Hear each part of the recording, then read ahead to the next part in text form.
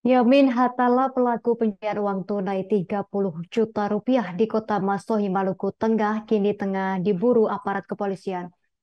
Yamin ditetapkan masuk dalam daftar pencarian orang DPO Polres Maluku Tengah setelah kabur dengan uang hasil curian milik Laraja. Keberadaan Yamin sebagai tersangka disampaikan dua pelaku lainnya yang kini dalam tahanan polisi di Rutan Polres setempat.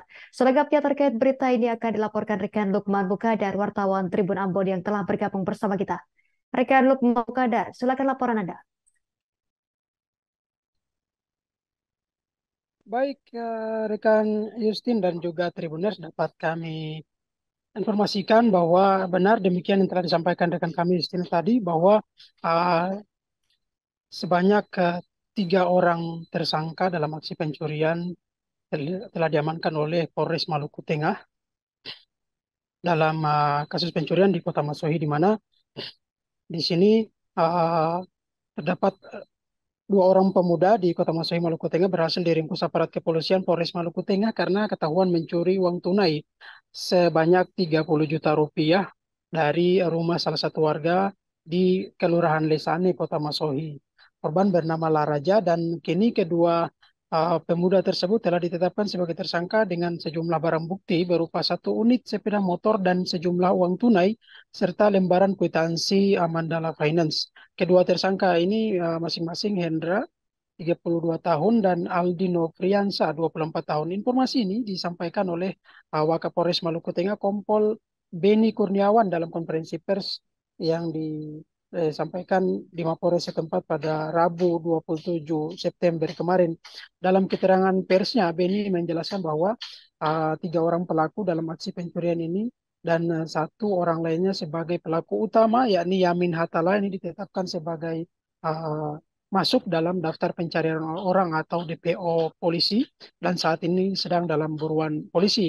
Adapun modus operandi yang dilakukan para pelaku yakni dengan mencongkel jendela kamar korban, kemudian masuk ke dalam rumah, selanjutnya ke dalam kamar dan mengambil uang tunai sebanyak 30 juta rupiah dan juga dua buah handphone.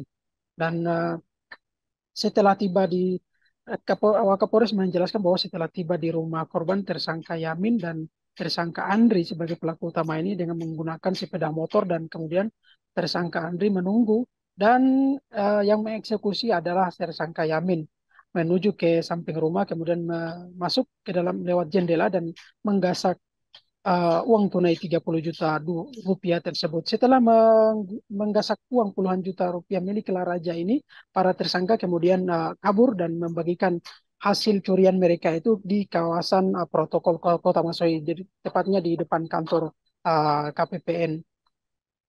Demikian. Dan kami sampaikan bahwa atas pasal yang disangkakan terhadap ketiga pelaku ini yakni disangkakan dengan pasal 363 ayat 1, ketiga dan atau keempat dan atau kelima KUH pidana subsidiar pasal 362 KUH pidana junto pasal 55 ayat 1 KUH pidana dengan ancaman hukuman maksimal 7 tahun penjara. Kami sampaikan bahwa saat ini tim Buru Sergap ataupun Busir Polres Maluku Tengah sementara melacak keberadaan DPO Yamin tersebut. Demikian, Justin. Baik rekan Lukman Bukadar, wartawan Tribun Ambon, terima kasih atas laporan Anda. Selamat bertugas kembali.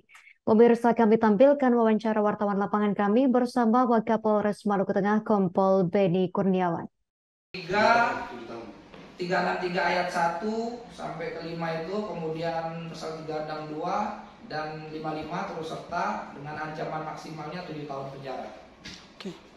Saudara YH mendatangi rumah korban dengan saudara AN dan menggunakan sepeda motor, masuk ke rumah korban dengan cara mencongkel pintu kamarnya. Waktu itu kejadian jam 5 pagi di TKP.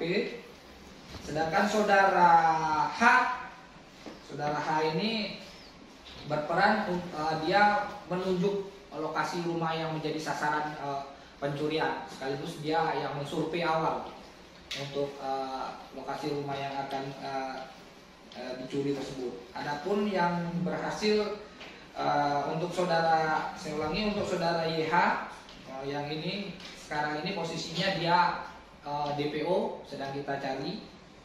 Perannya itu saudara YH ini dia bersama saudara AN. Terima kasih sudah nonton. Jangan lupa like, subscribe, dan share ya.